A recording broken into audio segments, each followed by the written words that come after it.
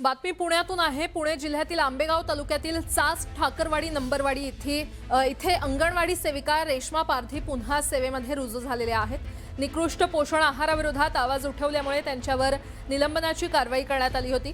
मात्र प्रशासनाने या प्रकरणाचा आढावा घेतल्यानंतर त्यांचं निलंबन मागे घेतलं आणि त्या पुन्हा अंगणवाडीमध्ये परतलेल्या आहेत। रेश्मा पारधी अंगणवाडीमध्ये पोहोचताच चिमुकल्यांनी त्यांचं उत्साहात स्वागत केलं।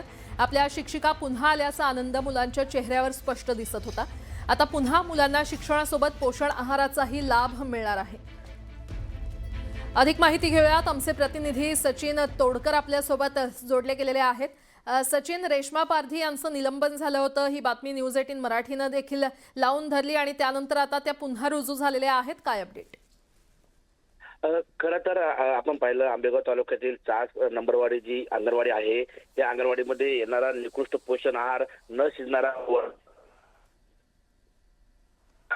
व्हिडिओ करून त्याच्याबाबत जनजागृती केली होती। मात्र हा व्हिडिओ करणं त्यांना अंगलट आलं होतं।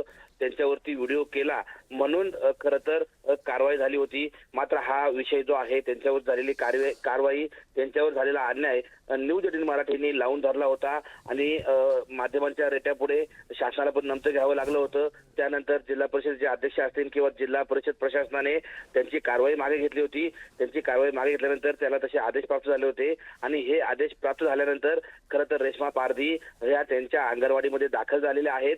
त्यांच्यावरती ज्यावेळेस कारवाई झाली तिथून पुढे 4-5 दिवस ही अंगणवाडी बंद होती आणि ही अंगणवाडी बंद असल्यामुळे त्या अंगणवाडीतली जी चिमुकली मुलं आहेत ही त्याच भागामध्ये आपली फिरत होती। मात्र आता रेश्मा पारधी यांच्यावरील कारवाई मागे घेण्यात आली आहे। त्यांचे निलंबन रद्द करण्यात आले। त्यामुळे रेश्मा पारधी या नियमितपणे आता कामावरती रुजू झाल्यात आणि त्यांनी ज्यावेळेस 4-5 दिवसांच्या गॅप नंतर अंगणवाडीमध्ये प्रवेश केला त्यावेळेस त्यांचे जे विद्यार्थी आहेत त्या विद्यार्थ्यांच्या आनंदाला खरं तर पारावर राहिला नव्हता। विद्यार्थ्यांनी रेश्मा पारधी यांचं उत्साहात स्वागत केलंय। त्याचबरोबर नंबरवाडीतील जे ग्रामस्थ आहेत जे त्या पालकांनी सुद्धा रेश्मा पारधी यांचं स्वागत केलंय। आता रेश्मा पारधी यांनी अंगणवाडी सुरू केली असून पुन्हा एकदा या अंगणवाडीमध्ये हसत खेळत शिक्षण द्यायला रेश्मा पारधी यांनी सुरुवात केली आहे।